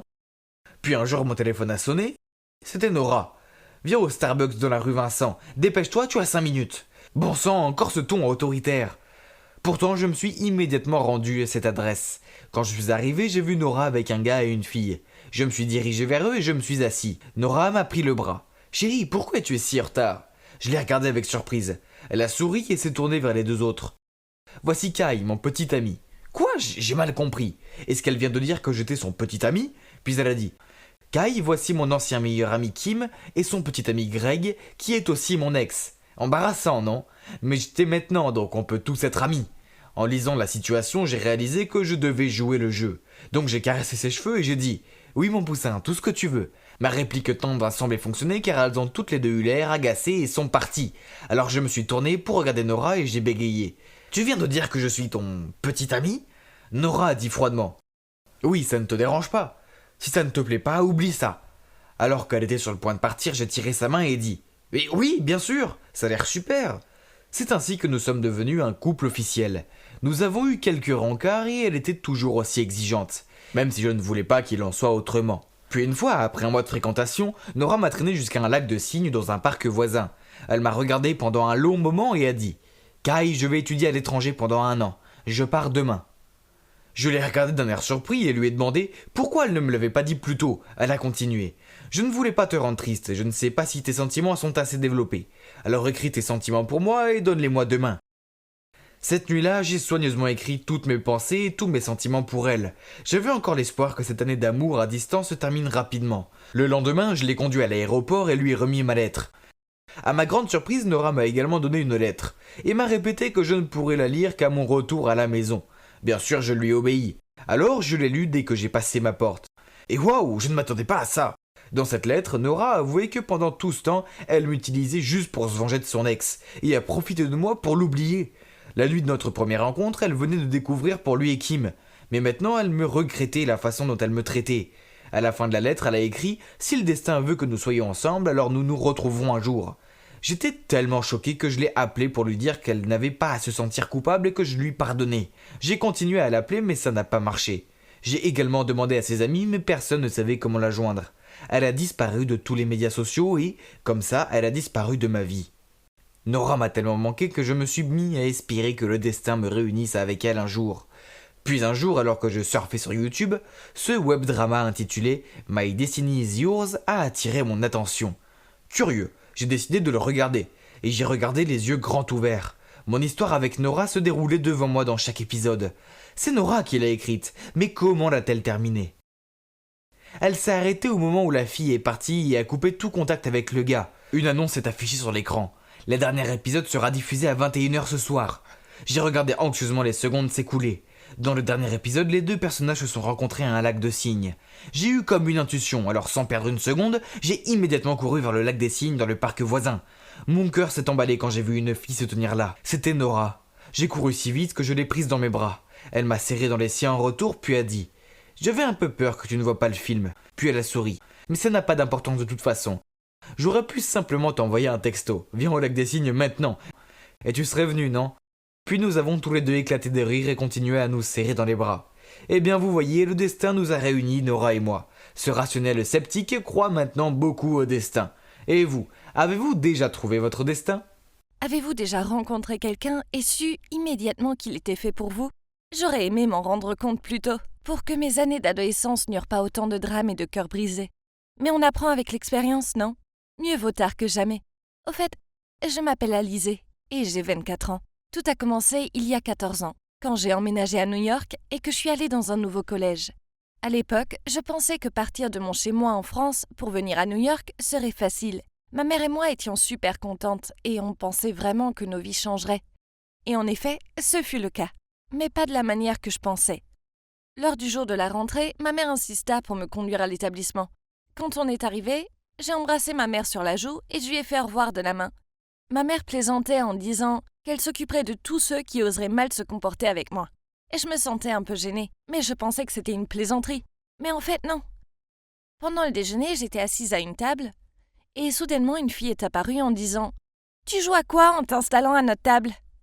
Je n'ai même pas eu le temps de répondre qu'elle prit mon plateau pour le jeter à la poubelle. J'ai dit « Bouge !» dit-elle. Tout le monde nous regardait à présent. J'étais si mal à l'aise que je me cachais le visage. Je ne voulais pas pleurer comme un bébé devant tous ces inconnus. Mais je ne pouvais pas me retenir, les larmes ont commencé à couler. Puis quelque chose de dingue s'est produit. Une voix sortie de nulle part criait depuis la cafétéria. « Éloigne-toi d'elle !» Puis j'ai senti une main s'approcher de la mienne. Et en levant les yeux, j'ai vu ce grand et magnifique mec qui se tenait là, à me regarder avant de me remettre sur pied. « Excuse-moi », commença la fille. Mais le mec reprit. « C'est quoi ton problème? Il te manque une coche ou quoi? Ton attitude est détestable. Ça me donne envie de vomir. Tu me dégoûtes. Et je ne veux pas être amie avec quelqu'un comme toi. » Elle se tenait là, la bouche grande ouverte, alors qu'il attrapait ma main pour m'emmener ailleurs. Je l'entendais ricaner derrière mon dos, mais l'expression de son visage attestait qu'elle avait perdu. Je pris sa main et le suivais hors de la cafétéria. Et c'est là qu'il m'a dit qu'il s'appelait Romain. On s'est assis à l'extérieur et il m'a demandé si j'étais nouvelle. Puis il m'a dit qu'il adorait mon accent. Il m'a même offert la moitié de sa baguette en disant « Allez, souris. Je serai ton amie, d'accord ?» Le meilleur était que la fille qui m'avait embêtée avait un gros coup de cœur pour lui. Donc elle devait encore plus me détester maintenant. Mais je m'en fichais complètement. Après ça, je ne me souviens même plus avoir été séparée de lui. On était comme les deux doigts de la main et on faisait tout ensemble. Il m'a appris à faire du skate et je lui ai appris à faire mes gâteaux favoris. On était une équipe de choc. Il me faisait tellement rire. Et il m'aidait à gagner confiance en moi. Jour après jour, je ressentais que je voulais être plus que son amie. Mais je n'osais pas le lui dire. Puis, mon 12e anniversaire approchait. Et ma mère m'a offert un journal intime. Elle m'a dit d'y écrire toutes mes pensées. Et même mes coups de cœur, pour qu'un jour je puisse relire tout ça. Puis elle m'a fait un clin d'œil avant de partir. De quoi parlait-elle? Je n'avais pas de coup de cœur? Si? Ok, je me voile la face. J'avais un gros coup de cœur pour Romain. Dès que je le voyais, je ressentais 1 million de papillons dans mon ventre. Et je me réveillais avec enthousiasme chaque jour car je savais que je le verrais. Puis vint le moment du spectacle de danse de l'école. Mes amis me taquinaient en me disant d'y aller avec Romain. Je leur répétais que ce n'était qu'un ami. Mais ils n'étaient pas bêtes. Ils avaient bien compris. Plus tard dans la journée, Romain m'a invité chez lui pour jouer aux jeux vidéo. Et quand on jouait, il m'a dit tu voudrais aller au spectacle de danse avec moi? J'y croyais pas. Mon cœur battait la chamade, mais j'essayais de garder mon calme. Puis j'ai répondu ouais, pourquoi pas. On s'est super bien amusé au spectacle de danse. J'étais au 7e ciel. Puis j'ai décidé de tout écrire dans mon journal. Je ne voulais jamais oublier cette soirée. Alors j'écrivais des pages et des pages sur tout le bien que me procurait Romain, et à quel point je l'aimais. Ce que je ne savais pas, c'est que tout était sur le point de changer. Quelques jours plus tard, Romain est venu chez moi, et dès que je l'ai vu, je souriais jusqu'aux oreilles.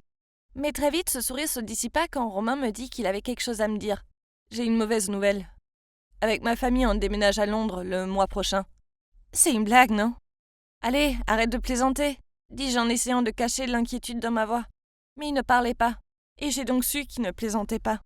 Je ne pouvais pas retenir mes larmes et Romain m'a enlacée pour me réconforter. Il m'a dit que tout irait bien et qu'on resterait en contact, mais j'avais l'impression que mon monde s'écroulait autour de moi. C'était la pire nouvelle de toute ma vie. On a choisi de s'amuser le plus possible pour notre dernier mois ensemble. On est allé faire du surf, du skate, regarder les étoiles et même faire du karaoké.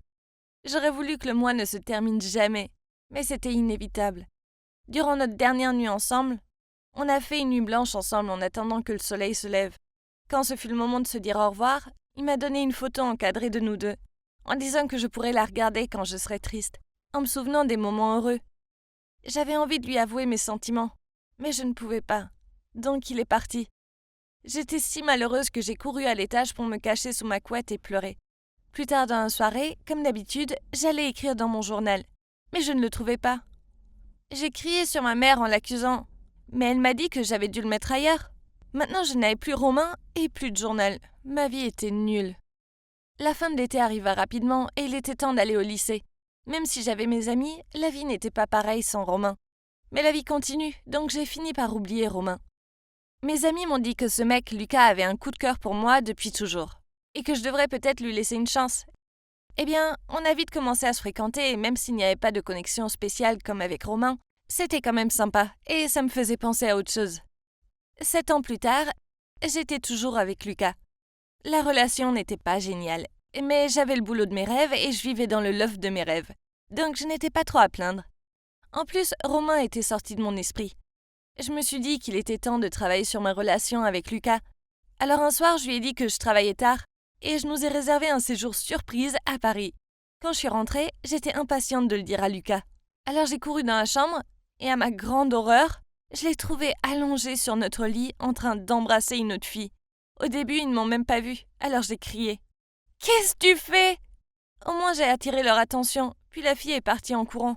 Je pensais que Lucas s'excuserait, mais il a simplement dit « Tu t'attendais à quoi ? Tu me donnes pas ce que je veux en me laissant patienter jusqu'au mariage. » Puis il est parti de la pièce en furie en disant « Je peux avoir n'importe quelle fille. » J'étais vraiment choquée. Je suis tombée au sol en fondant en larmes. Il s'était enfin montré sous son vrai jour, alors je l'ai quitté. Les semaines suivantes furent parmi les pires de ma vie. Pire encore que quand Romain est parti pour Londres. Je me sentais bête d'avoir perdu autant de temps avec Lucas. Un soir, j'étais particulièrement triste et je me suis soudainement souvenue de la photo encadrée que Romain m'avait donnée. Je l'ai sortie du fond de mon placard et je l'ai serrée contre mon cœur. Mes amis m'ont appelée en me disant de sortir avec eux. Ils faisaient tout pour me remonter le moral, mais je ne voulais pas. J'avais juste besoin d'être seule pour m'en remettre. Je me disais que la seule personne que je voulais voir maintenant était Romain. Mais où était-il ? Que faisait-il ? Je n'avais aucune idée. Une nouvelle semaine déprimante passa. J'étais allongée sur mon canapé à regarder passivement la télé par ennui, quand soudain on frappa à la porte. Je suis allée ouvrir et... Oh mon Dieu ! Romain était là ! Était-ce réel ou bien une hallucination ? J'étais si surprise que j'ai sauté dans ses bras et ne voulais plus le lâcher. On a dû rester à s'enlacer pendant des heures.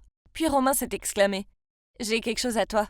Je me suis éloignée et il avait mon journal dans les mains. Il se trouve que Romain avait été en contact avec ma mère. Et quand elle lui avait dit que mon copain m'avait trompée, il a décidé de venir à New York pour essayer de me remonter le moral. Puis j'ai compris. C'était lui qui avait pris mon journal. Et s'il l'avait lu ? Eh ben, c'était le cas. Il m'a dit que c'était pour ça qu'il était venu me voir, car il voulait qu'on parle de tout ça. Je rougissais fortement. Puis il a dit « Je t'ai toujours aimé, hey. Même quand on était enfant, je n'ai jamais cessé de penser à toi. Et je veux être avec toi. » Puis il s'est penché pour m'embrasser. Et je crus que le temps s'arrêta. J'avais attendu ce moment toute ma vie. Cette semaine fut comme un nuage de baisers et de discussions. On rattrapait le temps perdu. Il me parlait de ses ex et je lui ai dit que Lucas m'avait trompée. Puis j'ai trouvé le courage de lui demander s'il voudrait aller à Paris avec moi, puisque j'avais déjà réservé le séjour. Évidemment, il a dit oui. Et la semaine suivante, on s'envolait pour Paris et on a passé la meilleure semaine de notre vie. On est allé à la Tour Eiffel et j'ai même visité l'ancien quartier où j'ai grandi. C'était magnifique. Puis un jour, Romain a dit qu'il devait travailler un peu. Et il m'a dit de prendre soin de moi dans un spa du coin. Quand ce fut terminé, j'ai reçu un message de lui me demandant de le rejoindre sur le toit d'un hôtel. Il était si romantique. Je suis d'abord allée dans la chambre d'hôtel où il avait déposé une robe noire à paillettes pour que je la porte. Puis je suis allée sur le toit. Je n'y croyais pas. Il y avait au moins 1000 roses étalées par terre pour faire un chemin. Et au bout se trouvait Romain en costume. « Je t'aime, hey, dit-il. Depuis toujours, et je n'imagine pas ma vie sans toi. Veux-tu m'épouser ?» J'étais bouche bée et sous le choc, puis j'ai crié « oui » de toutes mes forces. Je l'aimais depuis qu'on était enfant, et maintenant mon rêve d'être avec lui pour toujours devenait réalité. Il nous a fallu du temps pour en arriver là, mais les meilleures choses dans la vie valent la peine d'attendre, non ? Salut, je m'appelle Eva, et j'ai vécu dans un orphelinat depuis aussi longtemps que je me souvienne. Ça allait plutôt bien. Enfin, les bonnes sœurs étaient gentilles avec moi. Mais ce n'était pas la même chose qu'une vraie famille. J'avais aussi constamment peur d'être abandonnée, ce qui se traduisait par des sautes d'humeur et un look grunge. Malgré mes sautes d'humeur, j'avais de bons amis. Mais un à un, je les voyais se faire adopter. Alors que je restais coincée ici. Il y a cette fille qui s'appelait Lisa. On a fini par être les deux seuls coincés ici jusqu'à l'adolescence. Parce qu'on avait le même âge, les bonnes sœurs ont essayé qu'on devienne amies. Elle était sympa, mais on n'a jamais vraiment été proches. Elle disait n'importe quoi, que ses parents l'aimaient et qu'il viendrait un jour pour la sauver. Elle gardait un vieux bracelet avec un pendentif fleur qu'il lui aurait apparemment donné quand elle était bébé. Quand il est devenu trop petit pour son poignet, elle a demandé aux bonnes sœurs de lui en faire un collier. Lisa était toujours sympa avec moi, mais je trouvais que son attitude « je suis trop sympa » était un peu embêtante. Si les bonnes sœurs avaient besoin d'aide, c'était la première à accourir. Les bonnes sœurs faisaient régulièrement des concours stupides pour nous divertir. Du dessin, de la cuisine, ce genre de choses. Lisa gagnait toujours. Que ce soit grâce à son dessin naïf de l'orphelinat ou à ces cookies dégoulinants de glaçage. Peu de familles souhaitaient adopter un ado avec des sautes d'humeur. Alors quand un jour une famille est arrivée et recherchait spécifiquement un grand enfant, je n'arrivais pas à croire de la chance que j'avais. J'étais sûre qu'ils me choisiraient. Mais ils sont allés parler à Lisa aussi. Ils sont restés dîner et Lisa faisait constamment du lèche-botte. Ça m'a tellement mise en colère que j'ai renversé mon bol de soupe à la tomate et je l'ai regardé éclabousser la chemise blanche de Lisa. Puis j'ai pris mon air le plus sérieux en disant « Oups !» Une semaine plus tard, le couple est revenu, mais ils ne sont pas revenus pour moi. Ils ont choisi Lisa. J'étais furieuse. Comment pouvaient-ils choisir cette fille écœurante face à moi ? Avant que Lisa parte, elle m'a enlacée et m'a dit des conneries du genre « Tu vas me manquer et je sais que quelqu'un viendra t'adopter bientôt. » À mes yeux, elle m'avait volé ma famille. Et en faisant ça, elle avait ruiné ma vie. Alors quand elle était en bas à dire au revoir aux petits-enfants, j'ai utilisé des ciseaux pour couper une lanière de son sac à dos qu'elle avait posé sur le lit. Mais ça n'a pas eu l'air de la déranger. Elle était bien trop heureuse de sa nouvelle famille. Et pendant ce temps, je suis devenue la seule ado coincée ici. Finalement, à 15 ans, la famille parfaite m'a adoptée. Ils vivaient dans un joli quartier, dans une maison quasiment aussi grande que l'orphelinat. Ils étaient adorables avec moi. C'était si bon d'avoir enfin ma propre famille. Il se trouve que mes parents adoptifs avaient eu un enfant né la même année que moi. Mais elle avait disparu à l'âge de 3 ans. C'était bien trop douloureux pour eux. Et ils ont mis longtemps avant de se décider d'adopter, puisqu'ils avaient été traumatisés par la perte de leur enfant. Ils voulaient adopter quelqu'un de mon âge, pour ne pas avoir peur que ça se reproduise à nouveau. Je suis allée dans un nouvel établissement, et au début les élèves me regardaient comme si j'étais un alien. Et j'avais du mal à m'intégrer. J'ai fini par être collée car une pain-bêche s'est moquée de ma frange de travers. Donc évidemment, je lui ai fait un croche-pied. Mais vous n'allez pas croire sur qui je suis tombée. Lisa. Elle allait aussi dans ce lycée. Et en fait, elle a été très gentille avec moi. Elle m'a prise dans son groupe d'amis. Et je m'entendais bien mieux avec elle qu'à l'orphelinat. On a parlé et on s'est raconté nos vies. Il se trouve que la vie de Lisa n'était pas si parfaite, car son père adoptif venait de perdre son emploi. Et il n'avait pas beaucoup d'argent. Ils avaient aussi eu un petit garçon dont elle devait souvent s'occuper. Je suis peut-être restée à l'orphelinat plus longtemps, mais j'ai fini avec une meilleure famille. Finalement, c'était moi la gagnante cette fois. J'avais une famille géniale et de bons amis. Pour la première fois, ma vie était cool. Cela a continué pendant quelques années. Je me sentais enfin comme une ado normale, avec une famille et des amis normaux. Puis un soir, je me suis réveillée au milieu de la nuit pour aller aux toilettes. Et j'ai vu ma mère assise sur le balcon. Elle buvait du vin toute seule et regardait les objets d'une boîte. Il se trouve que c'était l'anniversaire de leur enfant disparu. Elle m'a montré les photos d'une fille d'environ 2 ans. Et sur cette photo-là, la fille portait un bracelet avec un pendentif fleur. Il ressemblait beaucoup au bracelet transformé en collier que Lisa portait. Ça devait sûrement être une coïncidence. Après avoir parlé à ma mère, je suis retournée me coucher. Mais je fixais le vide en regardant le plafond. Plus j'y pensais, plus les coïncidences faisaient sens. Oh mon Dieu! Est-ce que Lisa pouvait vraiment être la fille disparue de mes parents? Sur une photo que ma mère m'a montrée, j'ai aussi remarqué que leur fille avait une tache de naissance en forme de diamant sur le haut du bras droit. Je n'ai pas pu dormir cette nuit. Il fallait que je vérifie si Lisa avait une tache de naissance ou non avant d'en parler à mes parents adoptifs. Malheureusement, il a plu des cordes le lendemain et il faisait très froid. Donc Lisa était emmitouflée. Il fallait que je trouve un moyen de voir si elle avait une tache de naissance ou pas. Je n'ai pas arrêté de la suivre toute la journée. Je touchais son pull lui disant que je l'adorais. Puis je lui ai demandé si je pouvais l'essayer car je voudrais m'acheter le même. Elle a hésité car il faisait très froid. Mais j'ai insisté jusqu'à ce qu'elle accepte. Alors on est allé aux toilettes. Pendant qu'elle se changeait, j'ai dû monter sur la cuvette des toilettes d'à côté pour l'observer. Et devinez quoi? Lisa avait exactement la même tache de naissance, en forme de diamant sur le haut du bras droit. Que devrais-je faire maintenant? Je mène une vie parfaite avec mes parents adoptifs. Et pour une fois, je ne finis pas deuxième derrière Lisa. Si je leur dis, peut-être qu'ils ne voudront plus de moi. Je ne peux pas risquer un rejet en faveur de la parfaite Lisa une fois encore. En même temps, ils ont toujours été gentils avec moi. Comment pourrais-je leur cacher quelque chose d'aussi énorme? Oh mon adorable petit Jack, je suis heureuse que tu sois de retour. Tu m'as tellement manqué. Ce sont les premiers mots prononcés par ma mère après m'être éveillé d'un long sommeil. Mais pourquoi ne pouvais-je pas bouger mon corps? Oh mon Dieu, Est-ce que j'étais paralysé? Un médecin est arrivé et m'a tout raconté. D'où Jésus? J'ai été dans le coma pendant 5 mois. Oui, vous m'avez bien entendu. Pas 5 jours, pas 5 semaines, mais 5 foutus mois. La bonne nouvelle, c'était que je n'étais pas paralysé. J'avais juste besoin de faire une thérapie pour renforcer mes muscles. Vous vous demandez certainement comment je me suis retrouvé dans le coma. Moi aussi, donc j'ai demandé à ma mère. Mon chéri, tu avais tes écouteurs et tu chantais à tue-tête. Tu chantais si fort que je pouvais t'entendre du jardin. Alors je t'ai fait signe de baisser d'un ton, mais tu as trébuché sur tes baskets, tu es tombé de la fenêtre et tu t'es tapé la tête sur le pot de fleurs. Mais quoi? C'était trop bête. Pourquoi ça ne pouvait pas être quelque chose de plus cool, comme me battre contre un voleur ou affronter un requin ou n'importe quoi? Quoi qu'il en soit, la thérapie est devenue ma norme. Mais où étaient mon père, ma copine Jenny et mon meilleur ami Ben?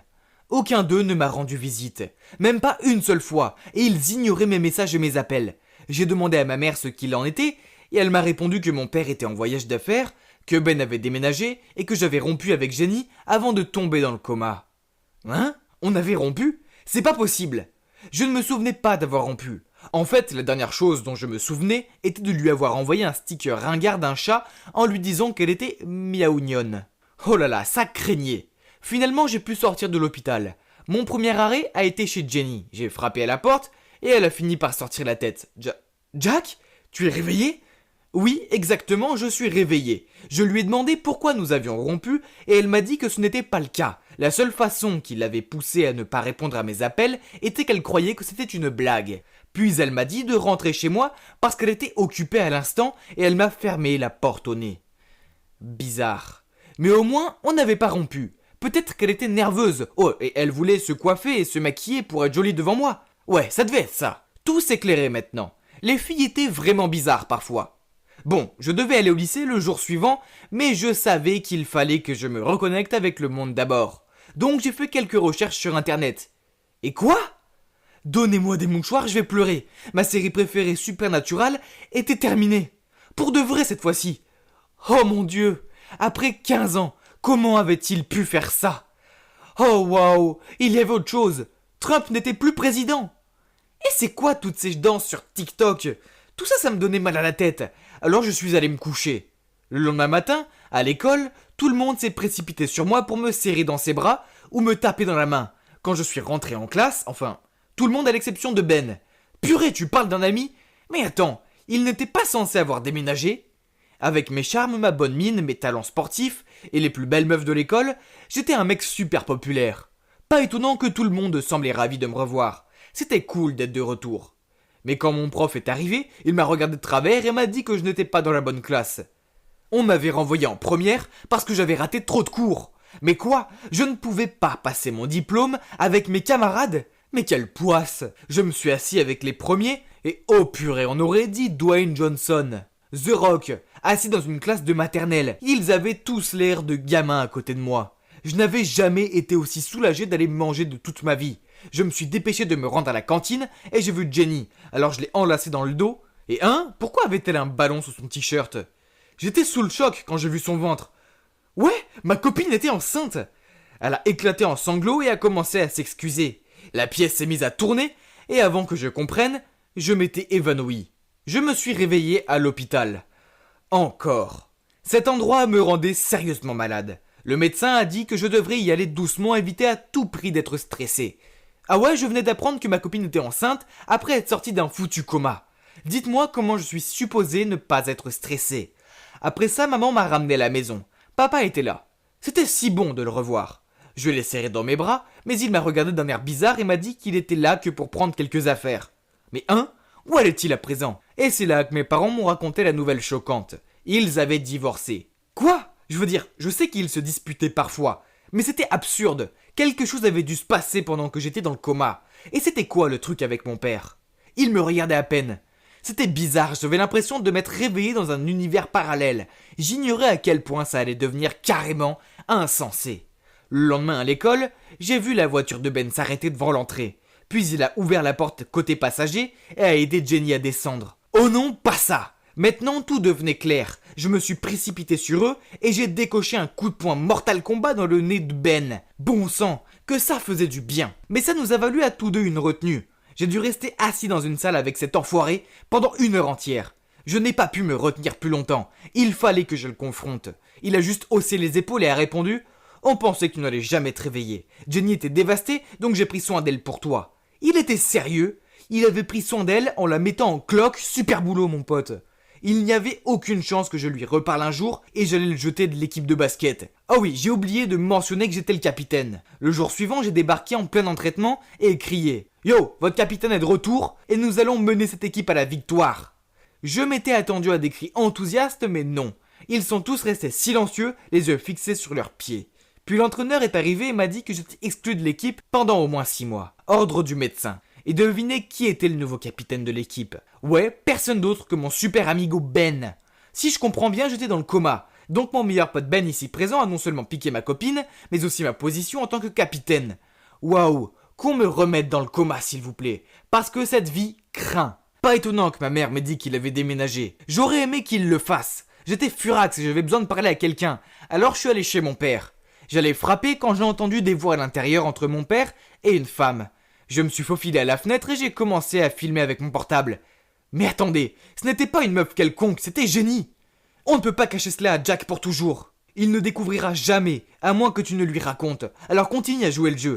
Voilà l'argent pour le mois. Maintenant je pars. Oh mon Dieu, je ne pouvais pas le croire. Ok, laissez-moi récoller les pièces.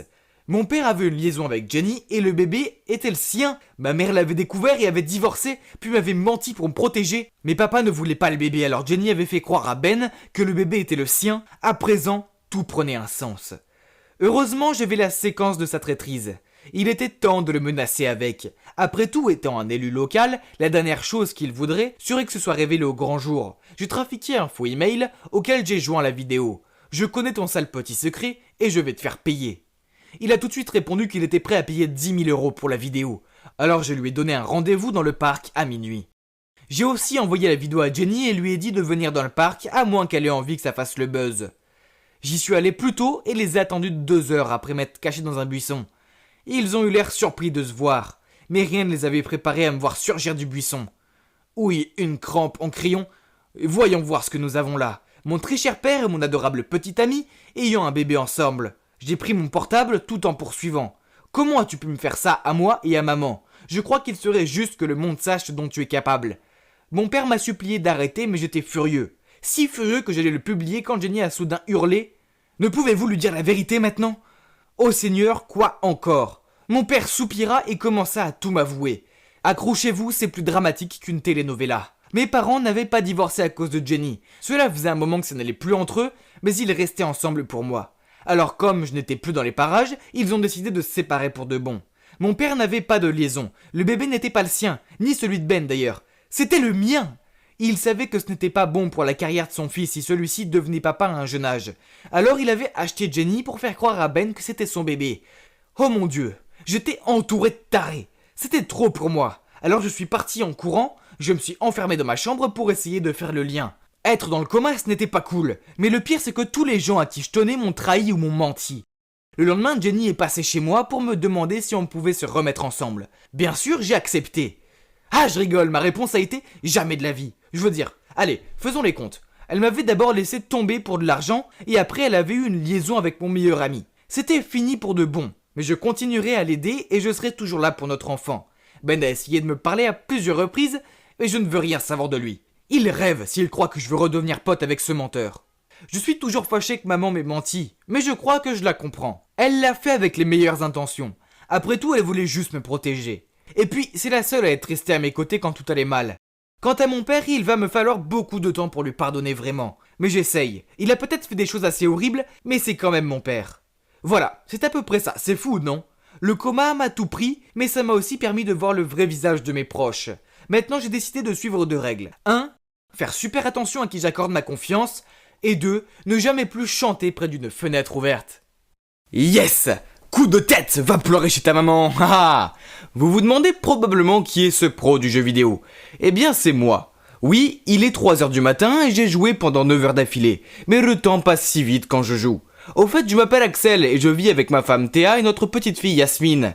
Je voulais l'appeler Zelda, mais ma femme a refusé. J'adore les jeux et j'ai toujours cru qu'ils seraient là pour me sauver. Mais au lieu de cela, ils ont failli me coûter tout ce que j'aime. Cela a commencé quand j'étais petit. Mes parents se disputaient souvent, alors je me réfugiais dans ma chambre, j'allumais ma Nintendo DS et je m'évadais dans un monde virtuel. Cette passion pour les jeux s'est poursuivie en grandissant. Je ne socialisais pas, je rentrais vite de l'école et j'allais directement sur ma Xbox, ma PlayStation ou mon PC. Je n'avais pas de vrais amis, non. Les seuls enfants à qui je parlais étaient ceux avec qui je jouais. Ensuite, j'ai obtenu mon diplôme universitaire et j'ai fini par trouver un emploi d'ingénieur système dans une grande entreprise de technologie. C'était épuisant. Quand je rentrais chez moi, j'étais tellement fatigué que je pouvais à peine garder les yeux ouverts sans parler des jeux. J'ai donc rangé mon matériel de jeu au sous-sol. Mais tout a changé quand j'ai rencontré par hasard Théa dans un café du coin. Waouh, c'était la plus belle fille que j'ai jamais vue. Je suppose qu'elle a dû voir quelque chose qui lui plaisait chez ce bouffon. Car après 6 mois de relation, nous nous sommes mariés. Je sais, c'est fou, hein. Peu après, elle est tombée enceinte. J'étais content, mais aussi terrifié. Comment c'est arrivé? Je veux dire, je sais comment c'est arrivé, mais waouh, moi, un père?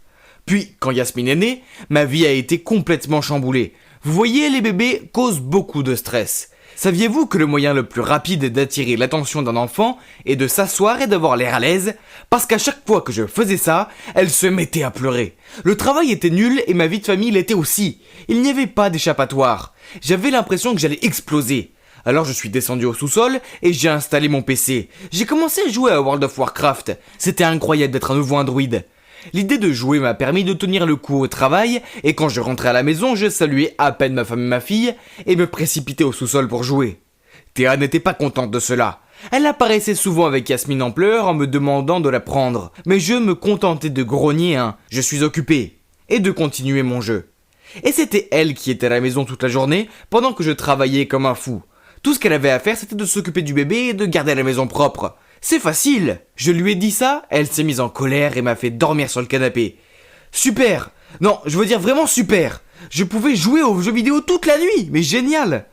Mais il s'avère qu'il est beaucoup plus facile de jouer toute la nuit quand on est au lycée et qu'on peut se taper une petite sieste en fond de classe. Mais pas si facile quand on a un travail éprouvant. J'étais au niveau extrême de l'épuisement. Il n'était donc pas surprenant que je finisse par faire des bêtises au travail et que je me fasse virer. Théa était furieuse et m'a demandé de postuler pour d'autres emplois. Non, je ne voulais pas. Je ne veux plus dire des bonjours, plus de réveils matinaux, plus de délais, plus de patrons grincheux. Il n'y avait que moi et mes jeux préférés. Une fois, je me dirigeais vers un score record quand soudain Théa est apparue et elle s'est mise devant l'écran. « Bébé, tu dois bouger !» J'ai tapé sur la console de jeu en essayant désemparément de la contourner. Non, elle m'a crié dessus. « Qu'est-ce qui t'arrive, Axel? Tu ressembles à Gandalf, mais en version SDF. Tu n'as pas pris de bain et ne t'es pas rasé depuis des semaines. Tu es en train de me tuer. Maintenant je suis mort, merci beaucoup. » J'ai tapé du poing sur la table. « C'est ça, sors !» Et elle a tiré sur mon bras. « Je ne peux plus supporter ça, sors !» Elle m'a vraiment viré de ma propre maison. Cette folle! Je n'avais pas d'amis, alors j'ai fini par aller chez mes parents. C'était tellement humiliant. Je leur ai dit que c'était juste les hormones de Théa, mais ils ont dit qu'elle leur avait parlé de mon obsession pour les jeux vidéo et qu'il fallait que ça cesse. Ils m'ont inscrit comme cobaye pour un programme de traitement expérimental à Hawaï. Hey, peut-être que des vacances à la plage n'étaient pas une si mauvaise idée, n'est-ce pas? Mais non, l'île était littéralement au milieu de nulle part. Où était l'hôtel? Tout ce que j'ai vu, ce sont des minuscules huttes avec des toits d'herbe. Quoi? Ils ne pouvaient pas s'attendre à ce que je reste ici. Un instructeur du nom d'Enzo a rassemblé le groupe sur la plage et nous a expliqué les règles. Nous allions camper ici pendant tout le mois sans aucun appareil numérique. Nous devions aussi survivre à un strict régime et faire des exercices. Vous vous moquez de moi? J'avais l'impression d'avoir été aspiré dans un jeu de survie et que le bouton d'évacuation était cassé. Tous les autres ont commencé à construire leurs tentes côte à côte. La socialisation n'étant pas vraiment mon truc, j'ai construit ma tente loin d'eux, au bord de la mer. C'était un travail qui m'a donné faim et mon estomac grondait. Alors j'ai demandé à Enzo quand le dîner serait prêt. Il m'a dit qu'à moi de faire un feu, puis il m'a passé une note avec des instructions. 1. Ramasser du bois sec. 2. Créer une structure de feu. 3. Allumer le feu en utilisant la méthode de la perceuse à main. Ok, ça avait l'air facile. Mince, j'ai tourné ça pendant environ 20 minutes maintenant. Où est le feu? J'étais sur le point d'abandonner quand j'ai soudainement vu quelque chose briller. Oh mon Dieu, ça a marché. Mais ensuite, j'ai senti un éternuement et je n'ai pas pu me retenir. Oh non, la Bresse s'en va finalement. Ce type m'a poussé hors du chemin et il a allumé le feu en quelques minutes. Mais quelle frimeur! Je me léchais les lèvres de joie quand j'ai vu Enzo apporter de la nourriture. Mais il m'a passé une assiette de légumes de façon décevante. Quoi, j'ai crié? Wesh putain de poulet! Enzo a montré du doigt le truc blanc dans mon assiette. C'est du blanc de poulet. Non, ce n'est pas du poulet. Où sont les ailes et la chapelure? Il a roulé les yeux. Ça s'appelle manger sain. Il faut s'y faire. Cet endroit était un cauchemar. Mais une bonne nuit de sommeil me ferait du bien, n'est-ce pas? Eh ben faux! Le sol était aussi dur que des pierres. Finalement, je me suis endormi pour me réveiller avec les pieds détrempés. Oh non, ma tente était inondée. Pas étonnant que personne d'autre n'ait choisi de camper près de l'océan. La routine de l'île était affreuse. C'était plein d'activités de groupe débiles comme la méditation, le beach soccer et la randonnée. Un jour, nous avons même dû construire un radeau. Comme d'habitude, j'ai fait de mon mieux pour éviter de travailler et de socialiser. Mais il n'y avait aucune chance qu'il me laisse tranquille. Alors j'ai participé à contre-cœur. Une fois le radeau terminé, nous l'avons essayé. Mais il a vite chaviré et comme j'étais le seul à ne pas savoir nager, tout le monde s'est immédiatement précipité pour me sauver. J'ai été très touché et j'ai eu honte d'avoir été si égocentrique. Après cela, j'ai essayé de me mettre en avant et d'être plus sociable. Et je ne vais pas mentir, ce n'était pas trop mal. Ensuite, nous avons passé nos soirées à nous asseoir autour du feu de camp et à écouter les autres parler de leurs problèmes. Mon tour était facile pour moi, car je n'avais aucun problème. Le problème était ma femme, pas moi. Elle ne comprenait pas que j'avais beaucoup de pression au travail et à la maison. Alors jouer aux jeux vidéo était mon seul échappatoire. Tout le monde m'a fait des reproches et m'a regardé fixement. Puis un gars, nommé Samuel, a dit « Ce n'est pas cool mon frère ». Pour être honnête, j'étais pareil. J'étais accro au sport et je refusais d'aider ma femme. Nous avons donc échangé nos places et j'ai appris combien il était difficile de s'occuper des enfants et de la maison. Je savais que je devais changer avant de perdre ma famille pour toujours. C'est pourquoi j'ai rejoint le programme. Pauvre gars. Mais ce n'était pas la même chose pour moi, n'est-ce pas? Je ne sais pas. Peut-être que j'ai été un peu injuste avec Théa. Je pensais à ça en retournant à ma tante quand une fille nommée Mathilde m'a rattrapé. Elle a posé ma main sur mon épaule et a secoué ses cheveux. Était-elle en train de me draguer? J'ai agité mon ado de mariage devant elle, mais elle a juste haussé les épaules et dit « Je ne vois pas ta femme ici. Viens me voir quand tu auras changé d'avis. » Puis elle est partie. Bon sang, cette fille était folle, un peu sexy, mais quand même folle. Le lendemain, j'ai dézippé ma tente, prêt pour un autre jour dans ce cauchemar. Mais qu'est-ce que c'était, hein? C'était plutôt beau ici. C'était comme si je la voyais pour la première fois. Le sable étincelant, les palmiers qui se balançaient, les plantes tropicales luxuriantes et le soleil lumineux. Théa et Yasmine adoraient être ici. J'espérais qu'elles me pardonneraient toutes les deux. Elles me manquaient tellement. À la fin du mois, je n'avais plus aucune envie de rentrer à la maison et de jouer à des jeux, mais plutôt de serrer ma famille dans mes bras et de ne jamais la laisser partir. La veille de notre départ, Enzo nous a récompensés par un appel téléphonique d'1 minute. Même si je voulais entendre la voix de Théa, j'étais un peu nerveux. J'espérais qu'elle n'était plus en colère contre moi. Le téléphone a commencé à sonner, mais un type a décroché. J'ai demandé où était Théa, mais il a dit qu'elle était sous la douche. Puis la ligne s'est coupée. Ma minute était écoulée. Mais qui était ce type? Avait-elle une liaison? On était toujours mariés, et nous avons un enfant ensemble. Furieux, j'ai couru dans la tente de Mathilde, voulant me venger de ma femme infidèle. Mathilde s'est approchée de moi et était sur le point de m'embrasser. Mais je n'ai pas pu le faire. Alors je me suis esquivé, j'ai marmonné un désolé, et je me suis dépêché de partir. Le lendemain, j'ai finalement quitté l'île et je suis rentré directement chez moi pour confronter Théa. J'ai ouvert la porte pour voir un homme debout tonnant ma petite Yasmine. Comment ose-t-il? J'ai crié « Éloignez-vous de ma fille !» Soudain, Théa est apparue. « Axel, arrête, c'est Paul !» J'ai réfléchi un moment. « Oh, attendez, c'était Paul, son demi-frère ?» Oups! Je ne l'avais jamais rencontré avant car il vivait à l'étranger. J'ai vite fait de m'excuser auprès de lui. Comme c'était embarrassant. J'ai remarqué que Théa me regardait bizarrement puis elle a dit « Wow, Axel, tu as l'air si différent !» Oh oui, avant d'être renvoyé chez nous, chacun d'entre nous a eu droit à un petit relooking. Une nouvelle coupe de cheveux, de nouveaux vêtements et un rasage. Et l'alimentation saine et l'exercice physique m'ont fait perdre 10 kilos. Je suppose que Théa n'a pas pu résister à ce nouveau mec canon. Elle est allée directement le serrer dans ses bras. Donc, à la fin, Théa m'a pardonné d'avoir été un gros connard. Maintenant, j'ai un nouveau travail. C'est assez ennuyeux, mais j'aime rentrer à la maison et passer du temps avec ma famille. Quant aux jeux, je les pratique toujours, mais avec modération. Seulement les mardis et les jeudis. Mais je m'assure de les éteindre avant 22h. Puis je vais faire des câlins à ma femme. Le monde des jeux est formidable. Mais j'ai appris qu'il y a quelque chose d'encore mieux dans la vie. C'est de créer des souvenirs dans le monde réel avec mes filles.